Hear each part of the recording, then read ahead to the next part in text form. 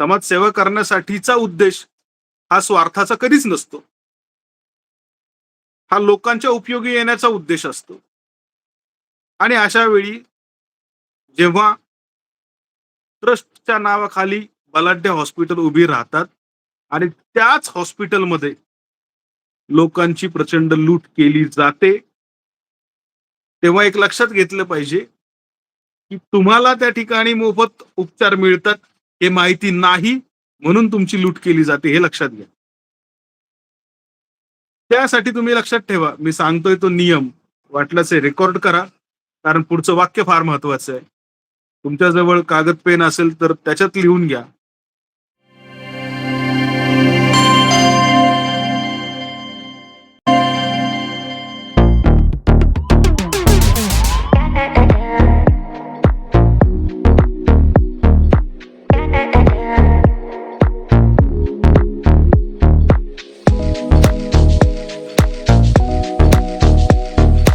संविधान जागृती देशाची प्रगती या अंतर्गत विशेष ऑनलाईन व्याख्यानमालेमध्ये आज दिनांक 19 मे 2025 रोजी आजचे पुष्प क्रमांक 1077.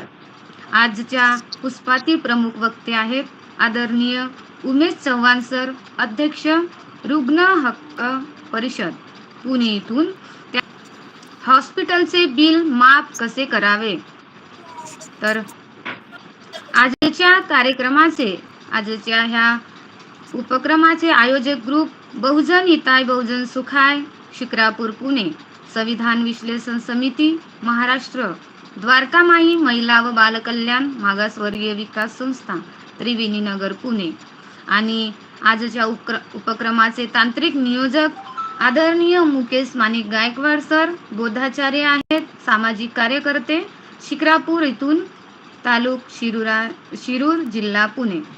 तर मी सरांना विनंती करते, आदरणीय उमेश चव्हाण सर, अध्यक्ष रुग्ण हक्क परिषद पुणे इथून, तर त्यांनी आपल्या विषयाला सुरुवात करावी. हॉस्पिटलचे बिल माफ कसे करावे. सर, कृपया विनंती आहे, आपल्या विषयाला सुरुवात करावी.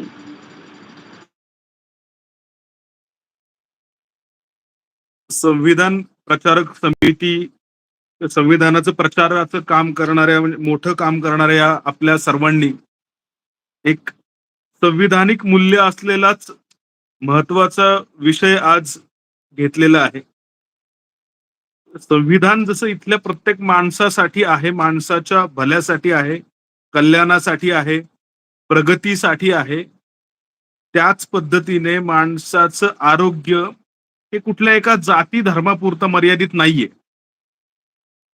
माणसाचं आरोग्य, जन्माला आलेल्या प्रत्येकाचं आरोग्य, तो कुठल्याही जातीचा असो, कुठल्याही धर्माचा असो, कुठल्याही पंथाचा असो, कुठल्याही विचारांचा असो, स्त्री असो किंवा पुरुष असो किंवा पारलिंगी असो,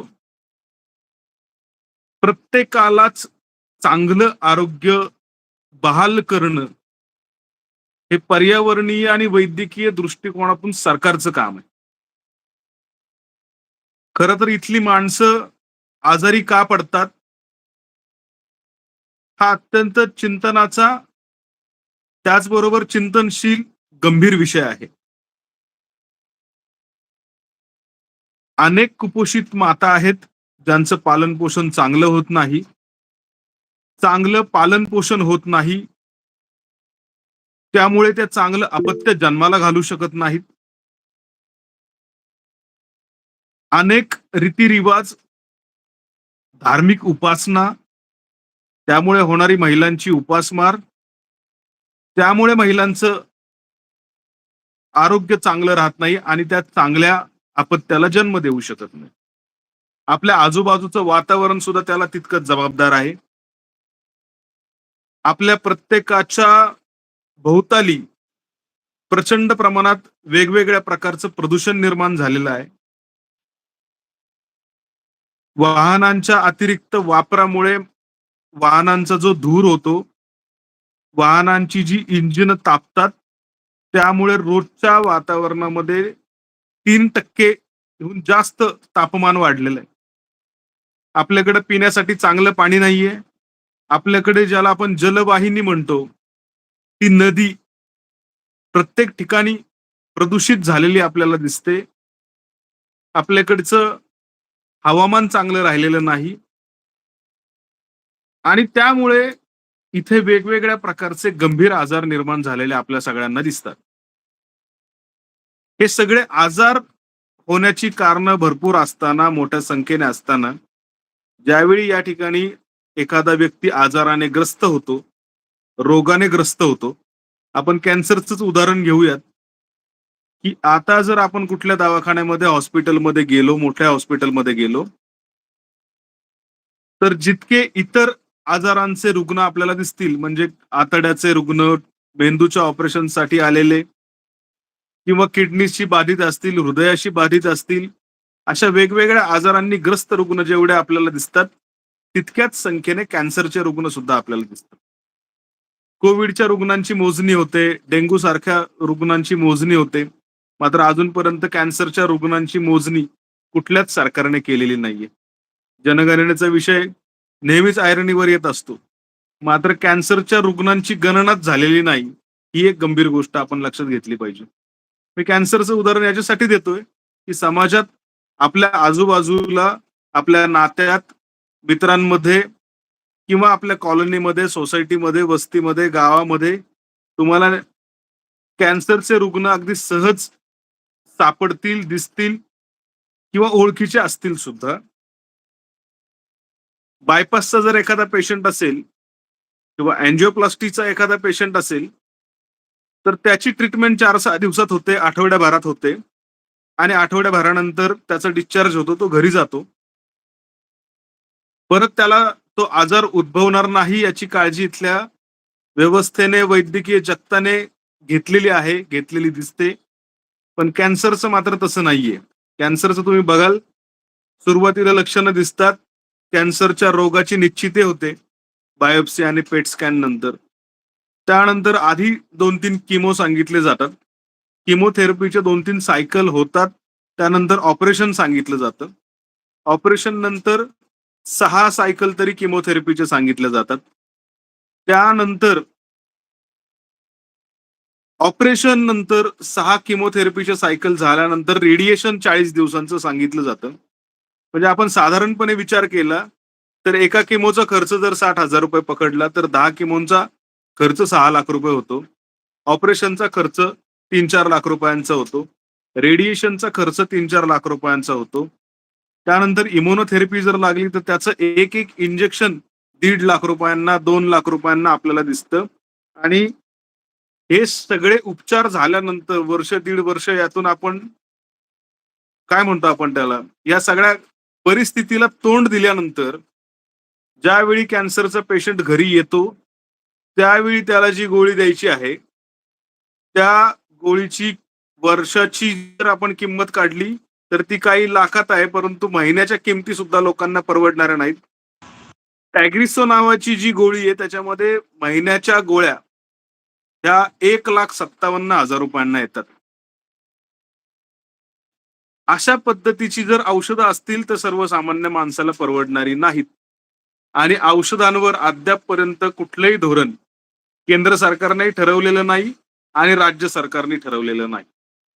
त्यामुळे आपण ज्या सगळ्यांनी चळवळी निर्माण केलेल्या आहेत, आपल्या हक्कांच्या, अधिकारांच्या, या हक्क अधिकारांच्या चळवळीमध्ये आपण नेहमी आवाज उठवतो, अशा अन्याय अत्याचारांच्या चळवळीमध्ये, सामाजिक प्रश्नांमध्ये इथल्या वाढलेल्या औषधांच्या किमतींवर नियंत्रण आलं पाहिजे किंवा औषधं मोफतच मिळाली पाहिजेत.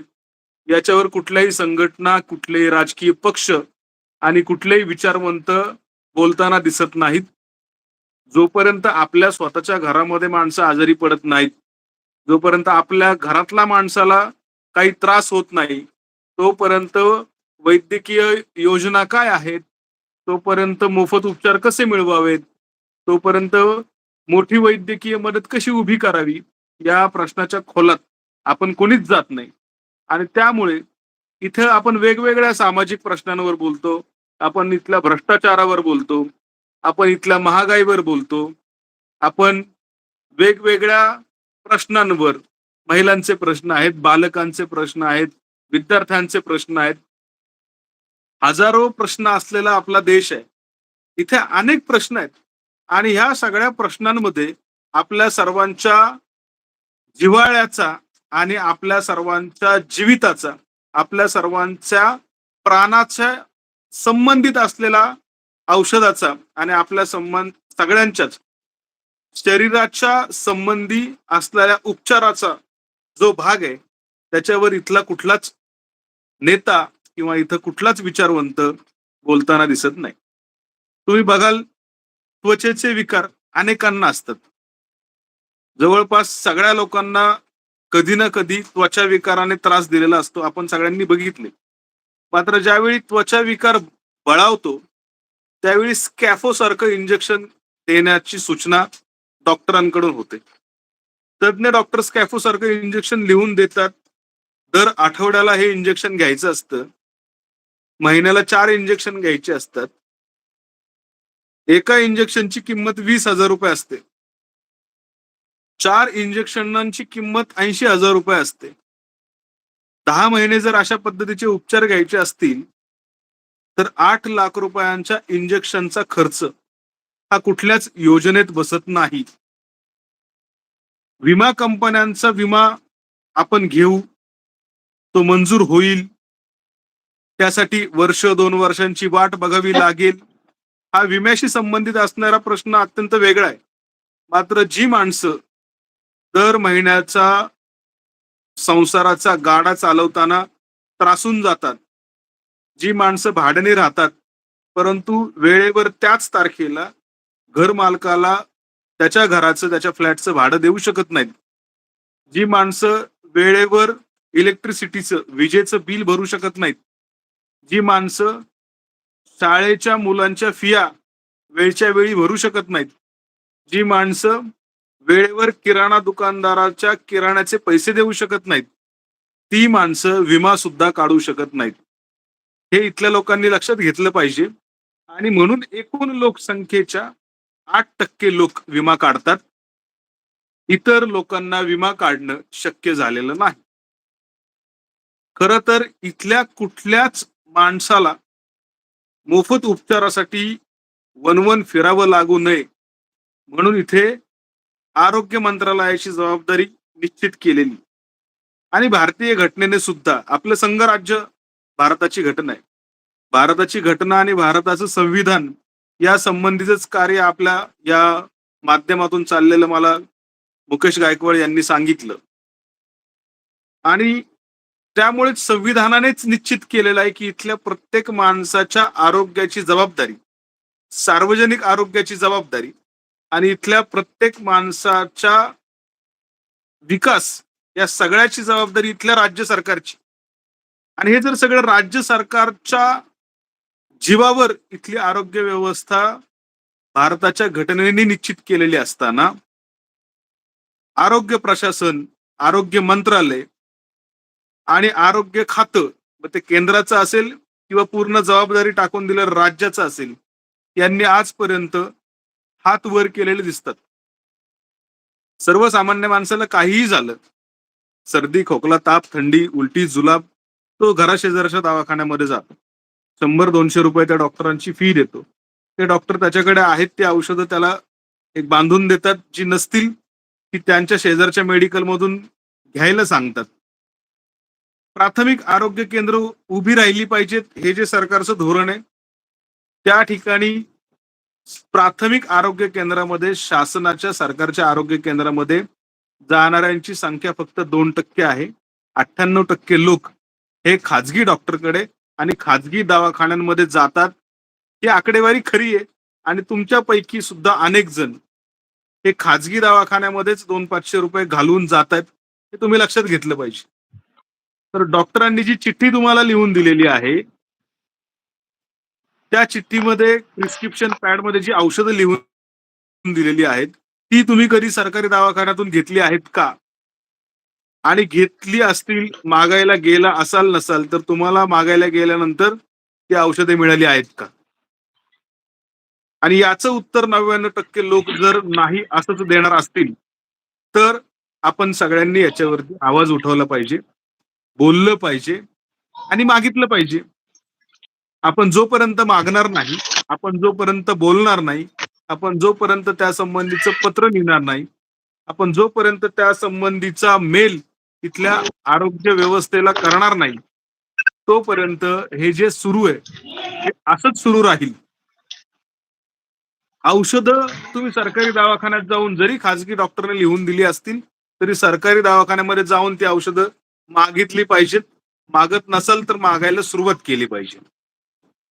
दर्जेदार, चांगल्या, मान्यताप्राप्त कंपनीने तयार केलेली औषधं सरकारने आपल्याला देणं, हे सरकारचं कर्तव्य आहे.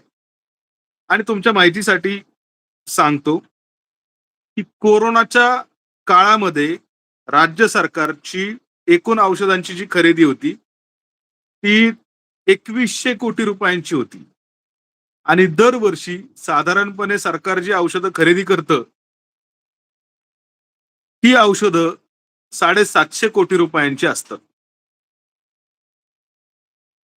आपल्या जवळची जी महानगरपालिका आहे, जी शहरात महानगरपालिका असते, त्या महानगरपालिकेची औषधं खरेदी करण्याची एकूण जे बजेट आहे, ते जवळपास 10 ते 12 कोटी रुपये प्रत्येकाचं असतं. ती पुणे महानगरपालिकेबाबत सांगायचं गेलं, तर 12 कोटी रुपयांची औषधं वर्षाला पुणे महानगरपालिका खरेदी करते. आपण जिल्हा परिषदेचं उदाहरण घेतलं, तर पुणे जिल्ह्याची जिल्हा परिषद जी 13 तालुक्यांना सेवा देते, त्या जिल्हा परिषदेचं औषध खरेदी करण्याचं जे टेंडर आहे किंवा जे बजेट आहे, हे 6 ते 7 कोटी रुपयांचं आहे. इतक्या मोठ्या प्रमाणावर जर औषधांची खरेदी केली जात असेल आणि आपल्याला ही औषधं खरेदी होतात. फक्त खरेदी होत नाही, तर ती कोट्यवधी रुपयांची खरेदी केली जातात. परंतु ती औषधं आपल्याला मिळत नाहीत. आपल्याकडे जर माणूस आजारी पडला, तर त्याला जे बिल येतं, त्या विषयाकडे मी येतोच आहे. परंतु त्याची औषधं शासनाच्या स्तरावरून मोफत दिली जातात. शासनाकडून प्रत्येक रुग्णाला मोफतच औषधं दिली पाहिजेत, अशा पद्धतीचं धोरण आहे. पण आपल्याकडची सगळीच माणसं वैद्यकीय मदतीबाबत, आरोग्य क्षेत्राबाबत प्रचंड अडाणी आहेत आणि अज्ञानी आहेत. आणि त्याच्यामुळे इथल्या प्रत्येक माणसाला वाटतं, की माझ्या माणसाला आलेलं आजारपण किंवा माझ्या माणसाला झालेला आजार, रोग हे आमच्या घरचं आर्थिक संकट आहे किंवा या संकटाला आम्ही कुटुंब म्हणून तोंड देतोय. परंतु हे संकट तुमच्या घरचं नाहीये. इथला प्रत्येक माणूस जो आजारी आहे, त्याला बरं करायची जबाबदारी ही शासनाची आहे, राज्य सरकारची आहे. आणि सरकार त्याला बरं करण्यामध्ये बांधील आहे. भारतीय घटनेच्या माध्यमातून बांधील आहे. तुम्ही भारताची घटना बघा. ज्यांनी ज्यांनी घटना वाचली आहे, तुम्ही त्याच्यामध्ये हा संविधानाचा ग्रुप आहे म्हणून आवर्जून सांगतो, की तुम्ही भारताच्या घटनेतलं, संविधानातलं कलम 46 आणि कलम 47 हे वाचलं पाहिजे. आणि ज्याच्याजवळ असेल आत्ता, ज्याच्या हातात असेल किंवा माझ्या शेजारी पुस्तकाची शेल्फ आहे माझ्या मागे, त्यातली भारतीय घटनेचं जर प्रत असेल, तर मुद्दाम काढून वाचा. पहिल्या, तिसऱ्या, चौथ्या, 5व्या पानावरच 46-47 नंबरचा कॉलम आहे. आणि त्या 46 आणि 47 नंबरमध्ये इथली आरोग्य व्यवस्था ही शासनाची जबाबदारी आहे. इथल्या प्रत्येक माणसाचं आरोग्य हे सरकारची जबाबदारी आहे. हे त्या ठिकाणी नमूद केलेलं तुम्हाला दिसेल आणि आतल्या पानांमध्ये तुम्हाला ते विस्तारानं वाचता देखील येईल. मित्रांनो, हॉस्पिटलचं बिल कसं येतं, ते कसं लावलं जातं, त्याची सुरुवात कशी केली जाते, तुम्ही ते बिल वाचलत का? कुठल्याही हॉस्पिटलचं बिल हे बारकाईने तुम्ही वाचलत का? जर तुम्ही शेतकरी असाल, तर तुम्हाला फेरफार वाचता आला पाहिजे. वाचला तर तुम्हाला कळला पाहिजे. तुम्ही शेतकरी असाल, तुम्ही जागा मालक असाल किंवा जागा खरेदी करणारे असाल, तुम्हाला 7/12 हा वाचता आला पाहिजे आणि वाचल्यानंतर तो समजला पाहिजे.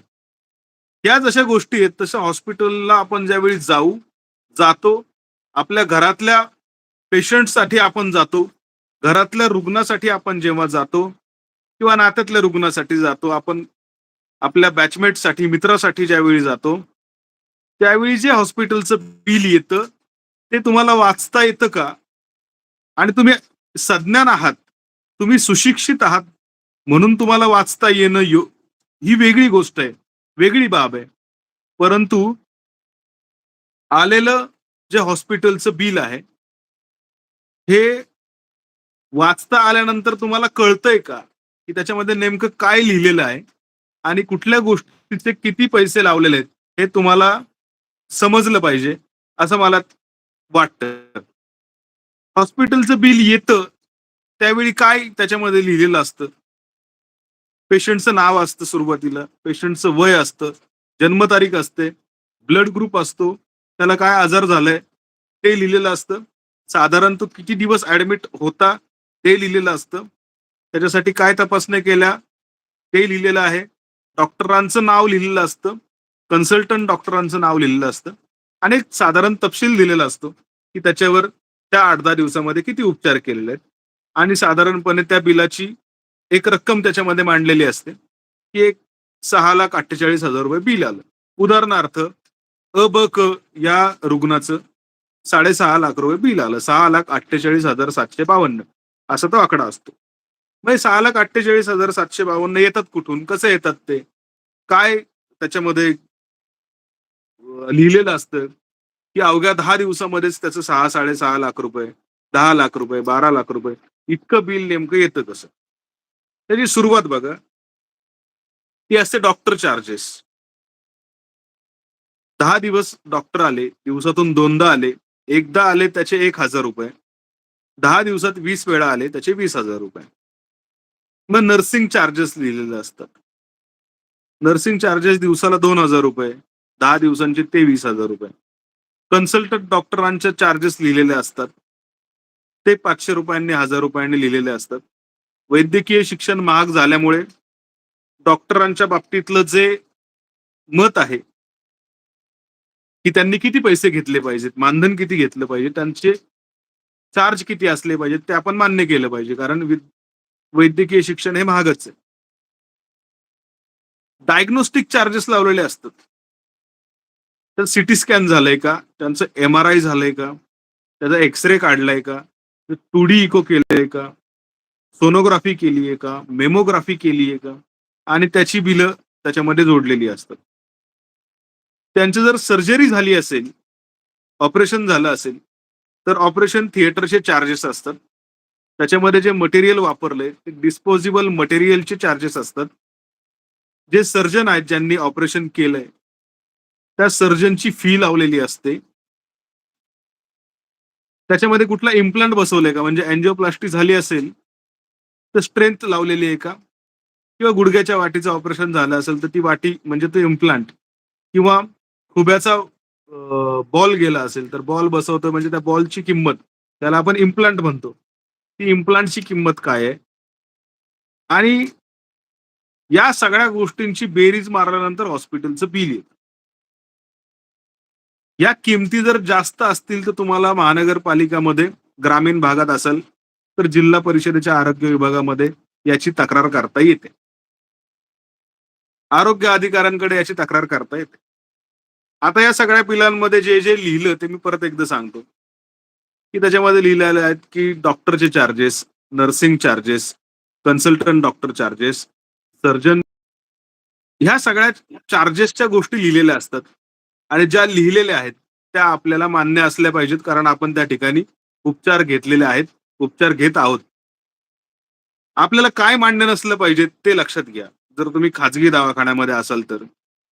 त्याच्यामध्ये चलाखीने म्हणा किंवा शिताफीने म्हणा 3 गोष्टी लिहिलेल्या असतात आणि त्या 3 गोष्टी अशा आहेत. ऑदर चार्जेस, ॲडमिनिस्ट्रेशन चार्जेस आणि स्टँडर्ड चार्जेस. इतर चार्जेस, ऑदर चार्जेस म्हणजे इतर चार्जेस, स्टँडर्ड चार्जेस आणि ॲडमिनिस्ट्रेशन चार्जेस. या 3 गोष्टी ज्या लावलेल्या आहेत, ज्या प्रत्येकी 35-40 हजार रुपये लावलेले असतात. ज्याची किंमत किंवा रक्कम जर मोजली, तर ती ₹1,20,000 भरते. हे 1,20,000 मुळात कमी करायला पाहिजेत. एखाद्याचे यांचे त्याचे आमदार, खासदार, कोणाचे नगरसेवक यांचे फोन आल्यानंतर डॉक्टर मंडळी ते पैसे कमी करतात सुद्धा आणि तुम्हाला सांगतात, की आता आम्ही तुमच्या 6,00,000 बिलातले जवळपास ₹1,00,000 कमी केलेले आहेत. ते असेच वाढवलेले पैसे कमी केलेले असतात. हे पहिले लक्षात घेतले पाहिजे. आणि दुसरे पैसे असतात जास्त वाढलेले. ते असतात औषध खरेदीचे. तुम्हाला काय लिहून दिलेलं आहे? आता पाठीमागे बघितलं असेल 2 महिन्यापूर्वी जी नावाच्या आजाराने फार मोठं डोकं वर काढलेलं होतं. साठी जे इंजेक्शन रोज सलाईन मधून द्यायला पाहिजे, त्या सलाईनचं नाव आहे IVIG. आता हे IVIG नावाचं जे सलाईन आहे, हे डॉक्टरांनी त्यांच्याकडचं वापरलं किंवा हॉस्पिटलने त्यांच्याकडचं वापरलं, तर त्याची किंमत असते MRP जी बॉक्सवर लिहिलेली आहे. तिची किंमत असते ₹20,700 आणि जर तुम्ही मार्केटमध्ये ते इंजेक्शन घ्यायला गेलात, आता मार्केट म्हणजे कुठे? तर बाकीच्या हॉस्पिटलचे लोक किंवा बाकी इतर खाजगी मेडिकल दुकानदार मंडळी ज्या ठिकाणी त्यांचा औषधाचा माल भरायला जातात, अशा ठिकाणी तुम्ही जर हे इंजेक्शन घ्यायला गेलात, तर ते तुम्हाला मिळतं ₹4,800. तुम्हाला 10 दिवस जर ही इंजेक्शन दिली, तर तुमच्याकडून ₹15,000 जास्तीचे लुटले गेलेले आहेत. हे तुम्ही लक्षात घेतलं पाहिजे. ₹20,000 इंजेक्शन जर बाहेर ₹5,000 मिळत असेल, तर हॉस्पिटल चालक तुमच्याकडून एका इंजेक्शन मागे ₹15,000 जास्तीचे घेतायत आणि जे जास्तीचे घेतायत त्याला लूट म्हटलं पाहिजे आणि ज्याची लूट झालेली आहे त्याने त्याच्या विरुद्ध आवाज उठवला पाहिजे, न्याय मागितला पाहिजे आणि संबंधित आरोग्य खात्यांकडे ज्या गोष्टी आहेत तिथे जाऊन तक्रारी केल्या पाहिजेत. तुम्हाला या गोष्टी माहीत नाहीत. तुम्ही कुठल्या गोष्टींसाठी न्याय मागत नाही. तुम्ही कोणाच्याही विरुद्ध तक्रारी करत नाही. म्हणून लुटणारे तुम्हाला लुटत आहेत आणि तुम्ही लुटले जातात. हे सगळ्यांनी लक्षात घेतलं पाहिजे. आणि मग गोरगरिबाची लूट होते. गोरगरीब माणसाला फसवलं जातं. त्याला घर घेताना फसवलं जातं, त्याला कर्ज काढताना फसवलं जातं, त्याला सोनं-चांदी खरेदी करताना फसवलं जातं. गोरगरीब माणसाची जमिनीच्या व्यवहारामध्ये फसवणूक होते. घरा खरेदीच्या व्यवहारामध्ये फसवणूक होते. कारण तो अडाणी असतो. त्याच्या अशिक्षितपणाचा फायदा घेतलेला असतो आणि म्हणून त्याची लूट होत असते. म्हणून त्याची फसवणूक होत असते. पण हॉस्पिटलच्या बिलांच्या बाबतीत जर आपण बघितलं, तर मोठी शेखी मिरवत जी माणसं 5 स्टार पंचतारांकित हॉस्पिटलमध्ये जातात, अशा सगळ्या उच्च शिक्षित माणसांना जी प्रचंड सज्ञान आहेत, शहाणी आहेत, उच्च शिक्षित आहेत, यांचं सुद्धा पाकीट मारलं जातं. त्यांची सुद्धा फसवणूक केली जाते. का केली जाते? हॉस्पिटलची बिलं कशी लिहिली जातात, कशी लावली जातात आणि कुठल्या गोष्टीची रक्कम किती आकारली पाहिजे याची माहिती त्यांना नसते. त्यामुळे ते डॉक्टर असतील, PhD झालेले डॉक्टर असतील, BAMS झालेले डॉक्टर असतील किंवा पोलीस अधिकारी असतील किंवा निवृत्त लोक असतील, वेगवेगळ्या क्षेत्रात काम करणारे असतील, शिक्षक असतील, प्राध्यापक असतील, कोणी असतील, ते हॉस्पिटलमध्ये गेल्यानंतर त्यांची लाखो रुपयांची लूट केली जाते का? तर 100% त्यांची लूट केली जाते आणि ती कशी केली जाते हे तुम्हाला माहिती नसतं. बाकीच्यांना कोणाला माहिती नसतं. म्हणून ती लूट केली जाते. हे लक्षात घेतलं पाहिजे आणि हे टाळण्यासाठी आपण या क्षेत्रातलं तज्ञ आणि हुशार नाही झालो आपण किमान. तज्ञ होणं, हुशार होणं या गोष्टी बाजूला राहिल्या तरी जुजबी माहिती आपल्याला आपल्या शरीराशी संबंधित जे आपल्याला उपचार घ्यायचेत, आपले प्राण वाचवण्यासाठी किंवा आपल्याला आपल्या आजारातून बरं करण्यासाठी आपण ज्या ठिकाणी जातो, आपल्यावर कोणत्या प्रकारची औषधोपचार होतात, कुठल्या प्रकारची शस्त्रक्रिया होते, हे जोपर्यंत आपल्याला कळत नाही, त्याच्याबद्दलची सखोल माहिती आपल्याला मिळत नाही. सखोल माहिती नाही, किमान जुजबी माहिती आपल्याला नाही. त्यामुळे आपली फसवणूक होते, हे आपण लक्षात घेतलं पाहिजे. आता बिलाची आकारणी कशी होते हे समजून घेतलं आहे का? जर घेतलं असेल बिल कसं आकारलं जातं, बिल कसं लिहिलं जातं, बिल कसं लावलं जातं, हे जर तुम्हाला समजलं असेल, तर ते कुठल्या हॉस्पिटलमध्ये मोफत होतं आणि कशाच्या आधारे हे बिल माफ केलं जातं किंवा मोफत उपचार कसे मिळतात, या विषयाकडे मी वळतो. मित्र मंडळी आणि बंधू भगिनींनो, तुम्ही तुमच्या आजूबाजूला अनेक सामाजिक संस्था आणि ट्रस्ट बघितलेल्या असतील. बुद्ध विहारांची ट्रस्ट असेल, गणपती बसवणाऱ्या श्री गणेश सार्वजनिक मंडळ ट्रस्ट असेल, विठ्ठल रुक्मिणी मंडळाची ट्रस्ट असेल. आपल्या भागात जर एखादी विवेकानंद हायस्कूल सुरू असेल, तर त्या अमुक-अमुक ट्रस्ट असेल. तुमच्या भागात एखादं ज्युनियर कॉलेज एखाद्या शिक्षण संस्थेने काढलं असेल, तर ती शिक्षण संस्था असेल किंवा ती ट्रस्ट असेल. तुम्ही सामाजिक संस्था नेमक्या का काढता? तुम्ही व्यापारी संस्था का काढत नाही? कोविडच्या काळामध्ये तुम्ही एक उदाहरण बघितलं असेल, की कोणीही अंत्यसंस्काराला सुद्धा उपस्थित राहत नव्हतं. लॉकडाऊन होतं. पॅन्डेमिक ॲक्टची सक्ती होती. 5 पेक्षा जास्त माणसं एकत्र येताना सोशल डिस्टन्सिंग आपल्यामध्ये असलं पाहिजे, याबद्दलची ताकीद शासनाने दिली होती आणि त्यामुळे कोणीच अंत्यसंस्कार करण्यासाठी सुद्धा गर्दी करत नव्हतं. अशा वेळी कोविडने मृत्यू झाला असेल किंवा नैसर्गिक मृत्यू झाला असेल किंवा घरात किंवा घराबाहेर कुठल्यातरी अपघाताने मृत्यू झाला असेल, अशा लोकांच्या अंत्यसंस्काराची व्यवस्था कशी करावी? सगळी दुकानं बंद असताना नेमकं कुठं जावं? या काळामध्ये मुंबईमध्ये 4-5 तरुण-तरुणींनी एकत्र येऊन एक कंपनी काढली आणि त्यांनी अंत्यसंस्काराचं सगळं साहित्य जमवणं, हिंदू असेल तर हिंदू पद्धतीचे मंत्रपठण करणारे, मुस्लिम असेल तर मुस्लिमांच्या पद्धतीचं दफन करणारे, अशा विधी करणारी एक कंपनी तयार केली. त्यांनी त्याचा चार्ज तयार केलं आणि 10 महिन्यामध्ये त्या कंपनीने 12 कोटी रुपयांची उलाढाल केली. त्यांनी कंपनी काढली होती. त्यांनी सेवाभावी संस्था काढली नव्हती. ज्या पद्धतीने स्वतःच्या फायद्यासाठी, नफा करण्यासाठी आणि आपला स्वतःचा चरितार्थ चालवताना जास्तीत जास्त पैसे आपण चांगल्या मार्गाने मिळवावेत, असं म्हणून त्या लोकांनी एक क्षेत्र निवडलं आणि त्या क्षेत्राशी संबंधित सेवा देणारी कंपनी काढली. त्याच पद्धतीने अनेक सामाजिक कार्यकर्त्यांनी एकत्र येऊन कोविडच्या काळामध्ये अनेक लोकांना किराणा वाटला, भाजीपाला वाटला, इम्युनिटी पॉवर वाढवणारी औषधं घरपोच वाटली, खाद्यपदार्थ घरपोच पोहोचवले, रुग्णांना जाण्या-येण्यासाठी मोफत अँब्युलन्सच्या कुठल्यातरी सामाजिक कार्यकर्त्यांनी, समाजसेवी संस्थांनी व्यवस्था केली.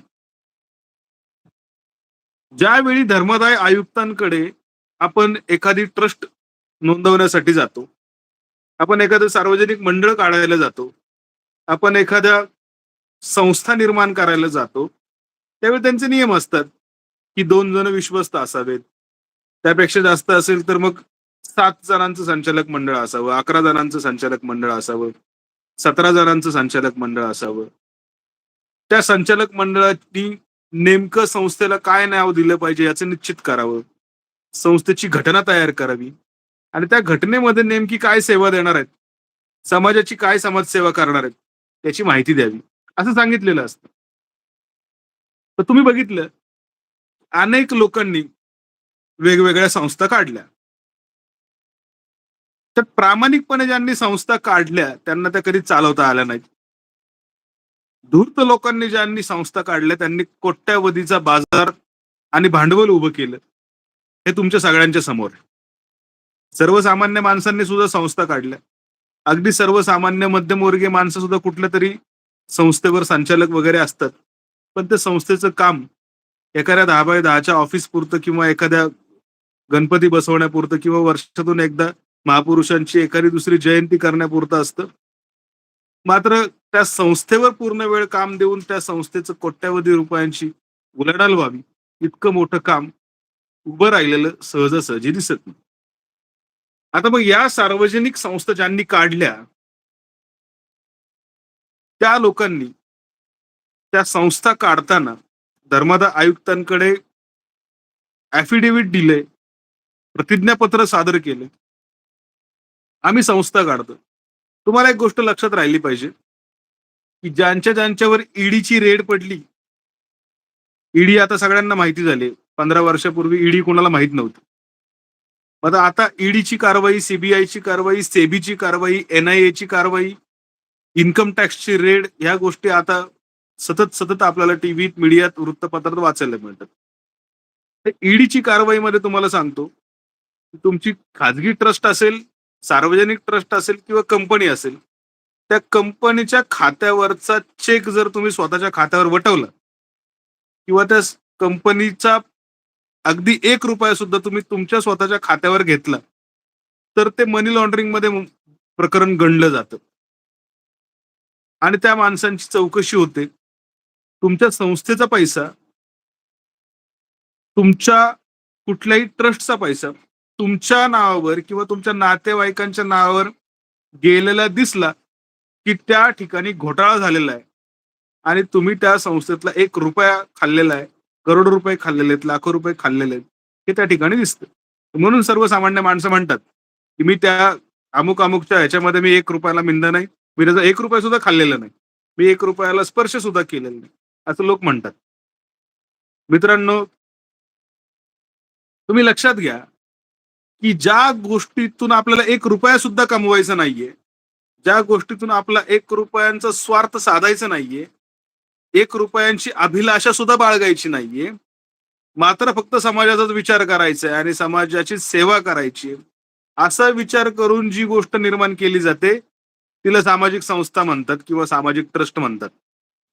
आता मग दीनानाथ मंगेशकर हॉस्पिटल काढताना लता मंगेशकर ट्रस्टने सरकारला जागा मागितली आणि जागा मागताना शासनाकडे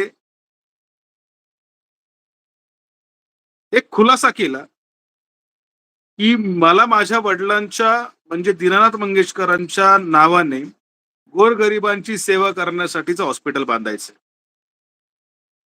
आणि त्या ठिकाणी रुग्णांना मोफत सेवा द्यायची आहे. तुम्ही आम्हाला जागा द्या. सरकारने त्यांना 6 एकर जागा दिली. तो जागा मिळण्याचा आणि जागा मालकांचा आणखी एक महत्वाचा एक रंजक किस्सा आहे, गंमत आहे, पण आज वेळ कमी असल्यामुळे मी तुम्हाला त्यावर जास्त वेगळं बोलू शकत नाही आणि शोध घेतल्यानंतर तुम्हाला ती माहिती मिळेल. ज्या लोकांनी सामाजिक संस्था काढल्या, त्यांनी ट्रस्टचं हॉस्पिटल, धर्मादाय हॉस्पिटल काढलं. त्या हॉस्पिटलची नावं तुम्हाला सगळ्यांना माहिती आहेत, सगळ्यांना पाठ आहेत. ते हॉस्पिटल म्हणजे पुण्यातलं Jahangir hospital, ruby hall hospital, पुण्यातलं ताराचंद हॉस्पिटल, पुण्यातलं केईएम हॉस्पिटल, पुण्यातलं संचेती हॉस्पिटल, दीनानाथ मंगेशकर हॉस्पिटल आणि वारज्यातलं माई मंगेशकर हॉस्पिटल, नव्या पेठेतलं पूना हॉस्पिटल, विलू पूना हॉस्पिटल जे हडपसरमध्ये आहे, बुधराणी हॉस्पिटल, ही सगळी हॉस्पिटलची नावं तुम्हाला पाठ आहेत आणि हीच हॉस्पिटल पुण्यामध्ये मोठी आहेत. खाजगी हॉस्पिटल त्या तुलनेमध्ये नाहीत. एखादं दुसरं खाजगी हॉस्पिटल आहे मणिपाल सारखं किंवा हडपसरच्या नोबेल सारखं. मात्र जेवढी मोठी हॉस्पिटल आहेत, तेवढी सगळी ट्रस्टची आणि सामाजिक संस्थांची हॉस्पिटल आहेत. आणि या सगळ्यांनी हॉस्पिटल काढताना आम्हाला समाजसेवा म्हणून हॉस्पिटल सुरू करायचं आहे. आम्हाला गोरगरिबांची सेवा करण्यासाठी हॉस्पिटल सुरू करायचं आहे. म्हणून या सगळ्यांनी ट्रस्ट काढून ट्रस्टच्या नावावर ही सगळी हॉस्पिटल सुरू केली. या ठिकाणी येणाऱ्या कुठल्याच माणसाचं बिल घेणार नाही, घेतलं जाणार नाही, असं प्रतिज्ञापत्र यांनी शासनाला देऊन सरकारकडून विविध सोयी मिळवल्या, टॅक्समध्ये माफी मिळवली. तुम्ही आताच बघितलं, या दीनानाथ मंगेशकरचं प्रकरण उघडकीस आल्यानंतर त्यांनी महानगरपालिकेचा 30 कोटी रुपयांपेक्षा जास्त टॅक्स थकवलेला आहे. आणि हे टॅक्स का थकवले जातात? कारण ज्यावेळी टॅक्स 30-40 करोड रुपयांच्या वर जातो, त्यावेळी राज्य सरकारच्या आर्थिक बजेटमध्ये त्या टॅक्सवर सूट मिळावी किंवा तेवढा निधी राज्य सरकारने देऊन टॅक्स माफी द्यावी, अशा पद्धतीचे प्रस्ताव राज्य सरकारकडे सादर करता यावेत. म्हणून हे सगळे टॅक्स थकवले जातात थांबवले जातात.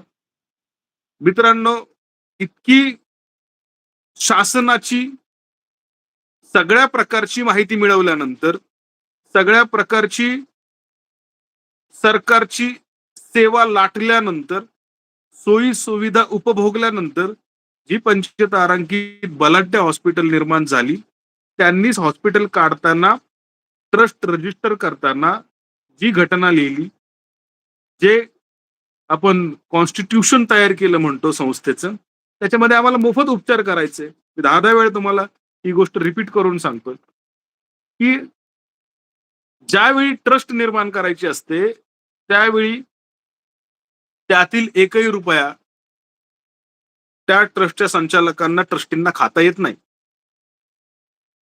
तरतूदच नाहीये. समाजसेवा करण्यासाठीचा उद्देश हा स्वार्थाचा कधीच नसतो. हा लोकांच्या उपयोगी येण्याचा उद्देश असतो.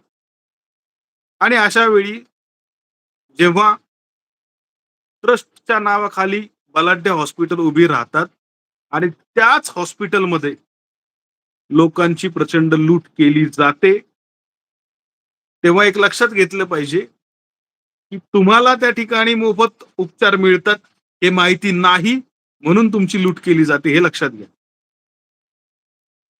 त्यासाठी तुम्ही लक्षात ठेवा, मी सांगतोय तो नियम वाटल्यास रेकॉर्ड करा, कारण पुढचं वाक्य फार महत्वाचं आहे. तुमच्याजवळ कागद पेन असेल तर त्याच्यात लिहून घ्या. जर तुमचं वार्षिक उत्पन्न 1,80,000 रुपयांचं असेल, तर ट्रस्टच्या हॉस्पिटलमध्ये तुम्हाला पूर्ण उपचार मोफत घेता येतील. भले तुमचं बिल 50 लाख रुपये आलं तरी सुद्धा तुमचं संपूर्ण बिल माफ होईल. त्यासाठी तुमच्याकडे तहसीलदारांनी दिलेला 1,80,000 रुपयांचा उत्पन्नाचा दाखला असणं महत्वाचं आणि बंधनकारक आहे.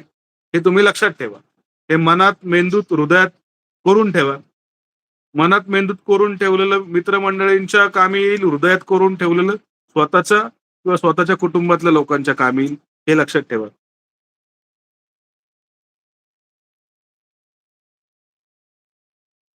1,80,000 रुपयांचं उत्पन्न असेल तर पूर्ण बिल माफ होतं. 3,60,000 रुपयांचं वार्षिक उत्पन्न असेल, तहसीलदारांचा वार्षिक उत्पन्नाचा दाखला असेल, तर तुमचं अर्ध, निम्म म्हणजे 50% बिल माफ होतं हे लक्षात ठेवा.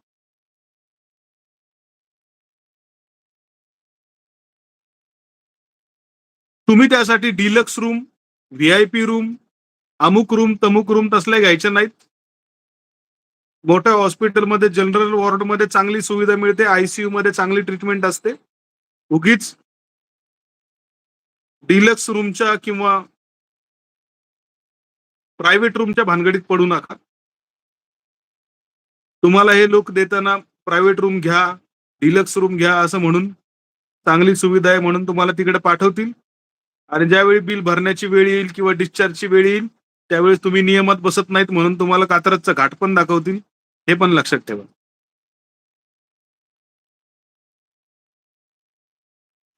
आता तिसरी गोष्ट सांगतो, की बिल माफ होत असताना त्याच्यामध्ये डॉक्टरच्या फी पासून, की तुम्हाला काय डायग्नोज केलंय म्हणजे तुमचं x-ray, MRI, CT scan, sonography, mammography, सर्व प्रकारच्या रक्ताच्या चाचण्या, ब्लड टेस्ट, युरिन टेस्ट, रक्त लघवीच्या चाचण्या, तुमचं नर्सिंग बिल, तुमचा बेड चार्जेस, तुमच्या हॉस्पिटलचे ओटी चार्जेस, ओटी मटेरियल, मेडिसिन सगळं त्याच्यामध्ये कव्हर झालेलं असतं. की अमुक अमुक गोष्ट कव्हर होते आणि अमुक अमुक होत नाही असं अजिबात होत नाही. माननीय उच्च न्यायालयाने, बॉम्बे हायकोर्टने 2009 साली धर्मादाय रुग्णालयांसाठी एक मार्गदर्शक तत्व सुरू केलं, ज्याला आपण IPF योजना म्हणतो, जे माझ्या या हॉस्पिटलचे बिल माफ कसे करावे या 350 पानांच्या पुस्तकामध्ये आहे. कदाचित हा फ्रंट कॅमेरा असल्यामुळे तुम्हाला हे उलट दिसत असेल, तर या पुस्तकामध्ये अनुक्रमणिका जवळपास सर्व विषयांना स्पर्श करणारे आहे आणि प्रत्येक मुद्दा प्रत्येक शासनाचा GR, कोर्टाचे प्रत्येक निर्णय, शासनाच्या योजना, शासनाच्या योजनांसाठी लागणारी कागदपत्रे, हॉस्पिटलची यादी, हॉस्पिटलचा पत्ता, त्या पत्त्यावर गेल्यानंतर कोणाला भेटायचं त्या माणसाचं नाव, त्या माणसाचा फोन नंबर, अशा सगळ्या गोष्टी याच्यामध्ये दिलेल्या आहेत. 27 प्रकरण याच्यामध्ये आहेत. संपूर्ण बिल माफ करण्याची योजनेची निर्मिती कशी झाली, उच्च न्यायालयाचा आदेश काय, तज्ञ डॉक्टर नेमणुकीबाबतचा शासनाचा नियम काय. बऱ्याचदा काय झालं की मोफत उपचार द्यायचे तर मग एक दुय्यम दर्जाचे डॉक्टर नेमले जात होते. मग तज्ञ डॉक्टर नेमले जावेत त्यासाठी शासनाने एक निर्णय तयार केला. त्याच्यासाठी रुग्ण हक्क परिषद म्हणून आम्ही प्रचंड पाठपुरावा केला. सर्वच जिल्ह्यातल्या धर्मादाय रुग्णालयांची नावे, पत्ते, फोन नंबर, या सगळ्या गोष्टींची माहिती या पुस्तकामध्ये मी दिलेली आहे. एक लक्षात ठेवा की हॉस्पिटलचं बिल माफ करणं हे राज्य सरकारची जबाबदारी. धर्मादाय हॉस्पिटलमध्ये मोफत उपचार देणं ही सुद्धा राज्य सरकारची जबाबदारी. आता तुम्ही म्हणाल की धर्मादाय आयुक्त या गोष्टींकडे दुर्लक्ष करतात का? तर करतात. त्यांच्याकडे कामाचा व्याप आहे म्हणून करतात, की त्यांच्यावर लोक भ्रष्टाचाराचे आरोप करतात त्याच्यात तथ्य आहे म्हणून अशा सगळ्या गोष्टींकडे दुर्लक्ष होतं.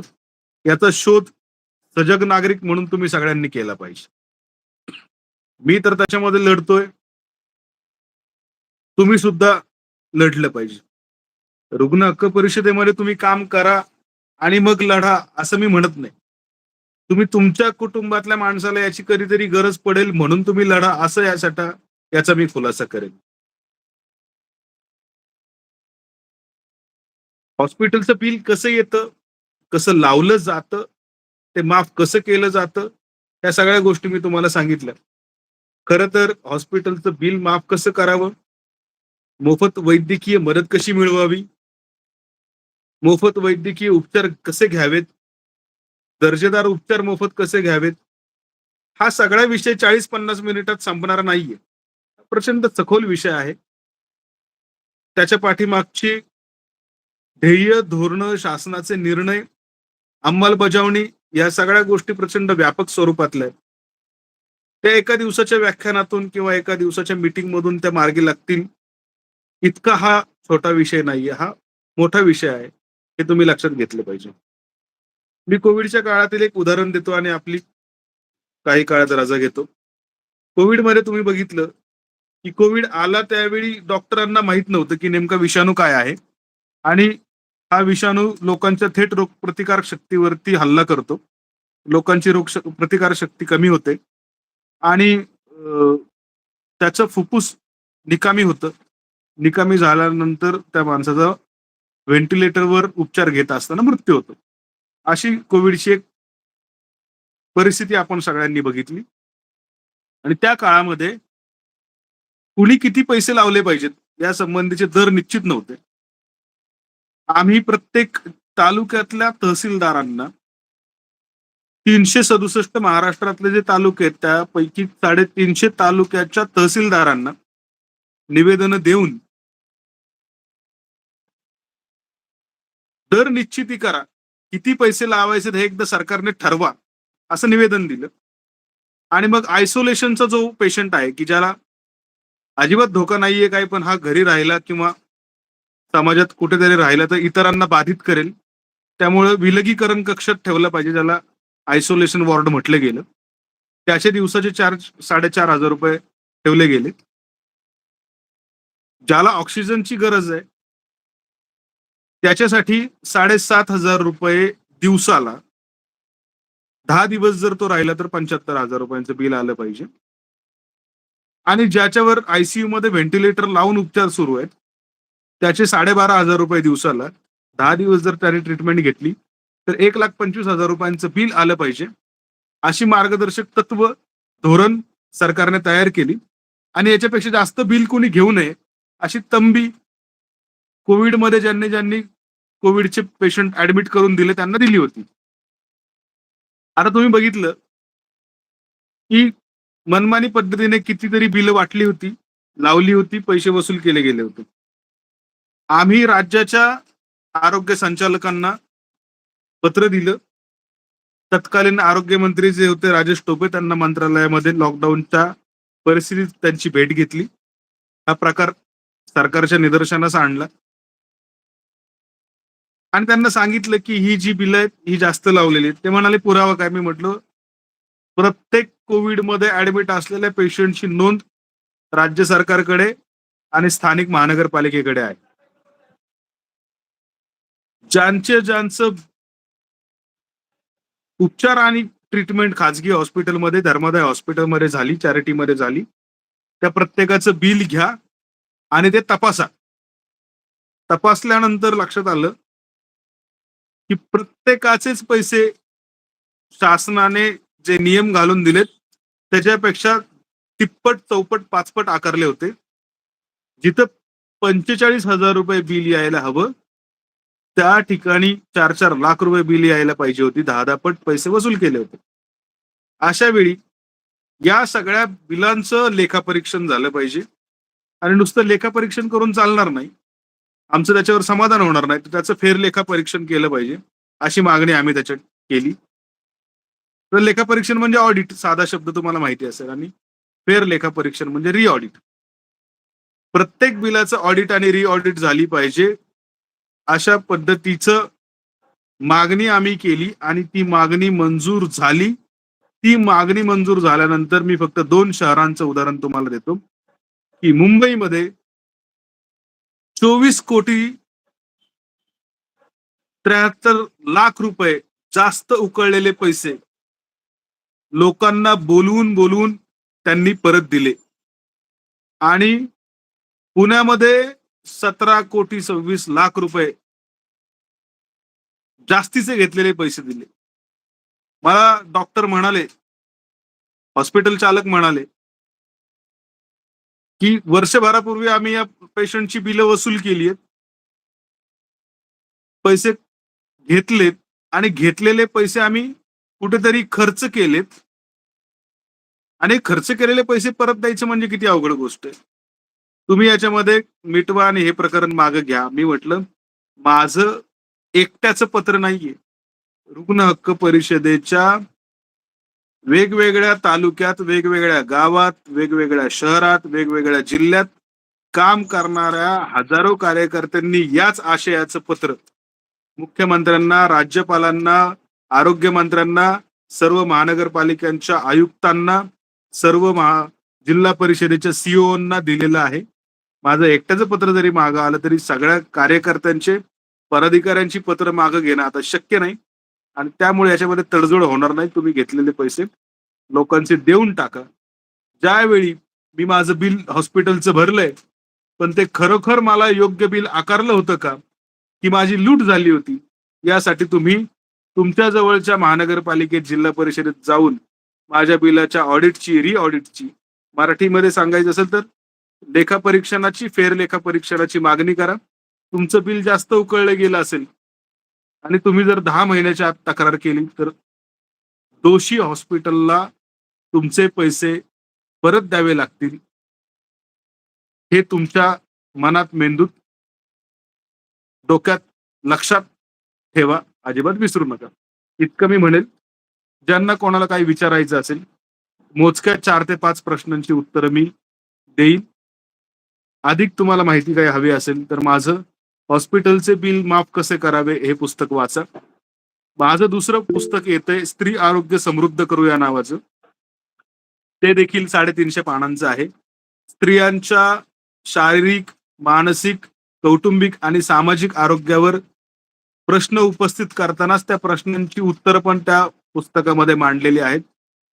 प्रत्येक घरातल्या कर्त्या पुरुषानं आणि प्रत्येक घरातल्या कर्त्या स्त्रीनं ते पुस्तक घ्यावं आणि इथल्या समस्त महिलांच्या आरोग्याची काळजी सर्वांनी घ्यावी. असं सगळं त्या पुस्तकात मांडलंय. त्याचं प्रकाशन जून महिन्याच्या पहिल्या आठवड्यात करायचं आमचं संयोजन समितीचं सुरू आहे. तर तुम्ही त्या पुस्तक प्रकाशनाच्या कार्यक्रमाची जाहिरात किंवा पत्रिका तयार झाली की मी निश्चितपणे मुकेशजींना कळवीन. त्या माध्यमातून तुम्ही सगळेजण त्या कार्यक्रमाला या, अशी विनंती करतो. आपले काही प्रश्न विचारायचे असतील तर आपण विचारावेत. मी उत्तर देण्याचा प्रयत्न करेन. अच्छा, प्रमुख वक्त्यांचे खूप खूप धन्यवाद सर. माईक सर्वांनी कृपया बंद करावे. ज्यांना प्रश्न विचारायचे त्यांना संधी मिळेल. तर प्रत्येकाला शरीराचे कुठले ना कुठले आजार होत असतात आणि आजार बरे व्हायला अगदी सर्दी तापापासून का होईना आपल्याला हॉस्पिटलमध्ये ट्रीटमेंटसाठी जावंच लागते.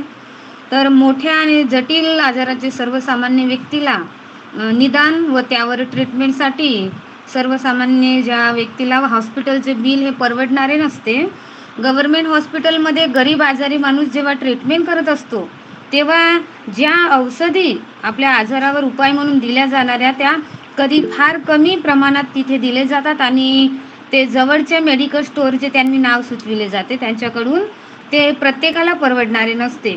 सरांनी तर बऱ्याच काही गोष्टी या बाबतीत सांगितल्या आहे. खूप खूप धन्यवाद सर. ज्या गोष्टी आम्हाला माहीत नव्हत्या त्या पण आज आम्हाला कळलेल्या आहेत. सामान्य अज्ञानी माणसाची प्रत्येक क्षेत्रातील व्यवहारामध्ये फसवणूक कशी होते हे अगदी स्पष्ट आणि सविस्तरपणे सरांनी आज आपल्याला सांगितले आहे. सरांनी बऱ्याच महत्त्वाच्या गोष्टी अगदी कोरोना काळातील खूप छान सविस्तर सर्वांसमोर मांडून असे विश्लेषण केलेले आहे.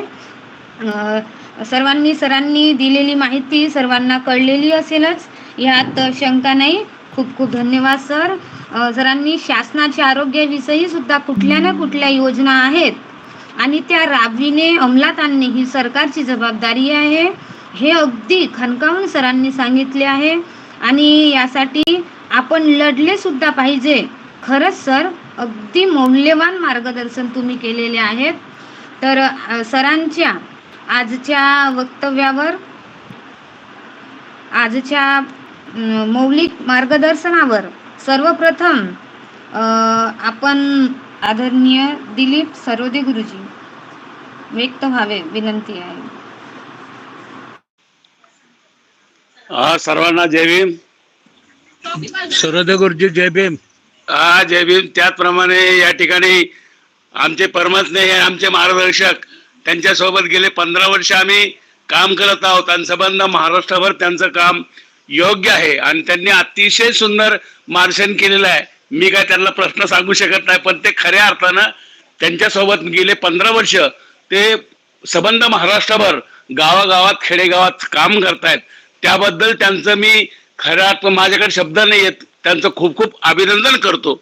आणि चव्हाण साहेबांना विनंती आहे की उत्पन्नाच्या दाखल्याच्या संदर्भात ज्यावेळेस ऍडमिट माणूस होतो त्यावेळेस उत्पन्नाचा दाखला 2-3 दिवसात काही मिळत नाही, तर त्यासाठी काय पर्याय करावा त्याबद्दल जरा सांगितलं तर बरं होईल. आणि पुन्हा एकदा आपलं रुग्ण आयोग परिषदेचे अध्यक्ष आणि संबंध म्हणजे समाजसेवेमध्ये त्यांनी म्हणजे आतापर्यंत सर्व आयुष्य 10-15 वर्ष झालं ते करत आहेत. त्याबद्दल पुन्हा एकदा त्यांचं खूप खूप अभिनंदन करतो. जय भीम, जय बुद्ध, जय भारत. धन्यवाद. गुरुजी 15 वर्ष नाही 18 वर्ष झाली. आणि सॉरी अशी की दाखला जरी 8 दिवसांनी मिळाला, दाखला काढायला जाताना आपल्याला त्याची रिसिट मिळते, पावती मिळते. बर. ती पावती सुद्धा तितकीच ग्राह्य धरली जाते. आणि पावती देताना त्यांच्या बरोबर एक आपण 4 ओळीचा अर्ज करायचा हॉस्पिटलला किंवा धर्मदाय आयुक्त कार्यालयाला किंवा महानगरपालिकेला किंवा ज्या कुठल्या आस्थापना आहेत शासनाच्या त्यांना. त्याच्यामध्ये एक गोष्ट आहे की आपल्याकडे कोर्टात, सुप्रीम कोर्टामध्ये जरी कागदपत्रे दाखल करायची असतील तरी आपण 6 महिन्यांचा मुदत मागतो, मुदत दिली जाते, कालावधी दिला जातो. तर माझ्याकडे पावती आहे आणि माझा दाखला यायला 8 दिवस वेळ आहे. तुम्ही 8व्या दिवशी तो देईल, तुम्ही दाखल करून घ्या असं आपण त्यावेळी म्हणायचं. आणि जर तुमचं ऐकलं नाही तर आपल्या 18 वर्षाच्या संबंधाने एक मला फोन करायचा, मी त्याला वचणार आहे. मी सर्वांसाठीच विचारलं ते. तुमच्यामुळे मी पण सर्वांसाठीच सांगितलंय. बरं, ठीक आहे ठीक आहे, चालेल चालेल. ओके ओके सर, जय भीम. सर खूप खूप धन्यवाद सर. नक्कीच सरांच्या प्रश्नामार्फत सर्वांना उत्तर मिळालेले असेल. तर यानंतर आदरणीय आनंद प्रकाशडे सर, आनंद सर व्यक्त व्हावे सर, विनंती आहे. सर, आपण खूप छान मार्गदर्शन केलंय आम्हाला. सर, आपली जे रुग्ण हक्क परिषद आहे ती दिव्यांगावर काम करते का? आणि दिव्यांगांना सुद्धा खूप अडचणी येत आहेत विविध हॉस्पिटलमध्ये सुद्धा, आणि दिव्यांगांना सुद्धा काही अडचणी अशा आलेल्या आहेत की म्हणजे मोठमोठे बिल आकारले जात आहेत. त्यावर आपली परिषद काम करू शकते का सर? कसं आहे की दिव्यांग असेल किंवा सर्वसाधारण माणूस असेल, तो हॉस्पिटलमध्ये गेल्यानंतर सर्वांना सारखेच बिल माफ करण्याबाबतच्या संहिता तयार केलेल्या आहेत किंवा तसे निर्णय आहेत, निर्देश आहेत. अपंग व्यक्ती जर असेल तर त्याच्याकडे जास्त सहानुभूतीने बघण्याची गरज आहे, जास्त आपुलकीने बघण्याची गरज आहे आणि जास्त करुणेने बघण्याची गरज आहे असं मी म्हणेन. अपंगांसाठी किंवा इथं जन्माला आलेल्या प्रत्येक माणसासाठी, माणूस म्हणून जो माणूस जन्माला आलाय आणि जो माणूस अडचणीत आहे, समस्यांनी ग्रासलेला आहे, त्या प्रत्येकाला मदत करण्यासाठी रुग्ण हक्क परिषद आम्ही कटिबद्ध आहोत.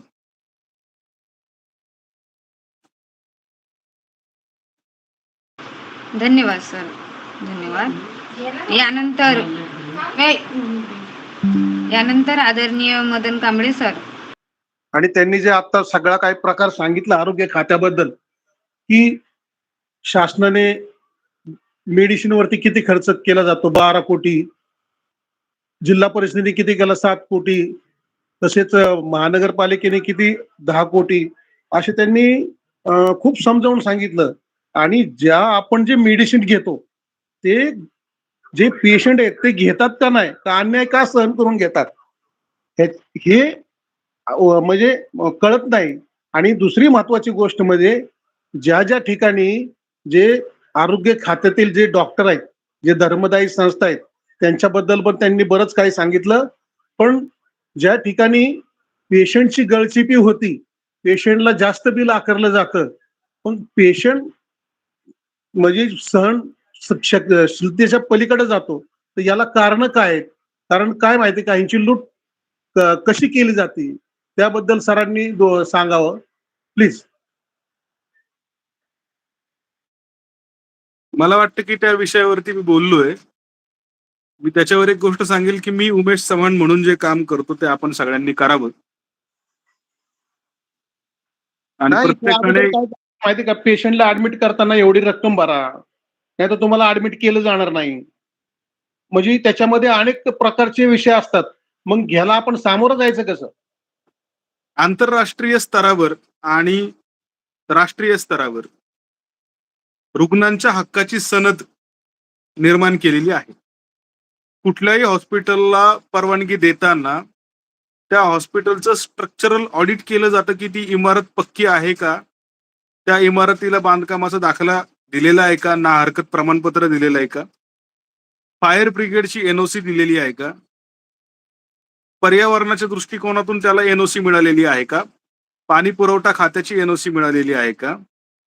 या सगळ्या एनओसी असतील तर हॉस्पिटल चालवण्याला परवानगी मिळते. तर त्याच बरोबर एक महत्वाची गोष्ट आहे की रुग्णांच्या हक्क आणि अधिकाराची जी सनद आहे ती रुग्णांना दिसेल अशा मध्यवर्ती भागात हॉस्पिटलने लावली पाहिजे, चिटकवली पाहिजे.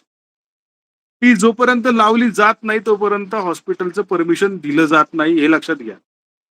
आणि रुग्णांच्या हक्क अधिकाराची जी सनद आहे, संहिता आहे, जिला 100हून अधिक देशांनी स्वीकारलेली आहे आणि आपल्या देशाने सुद्धा तिला मान्य करून ती लावल्याशिवाय परमिशनच द्यायची नाही, इतकी कठोर पावले उचललेली आहेत.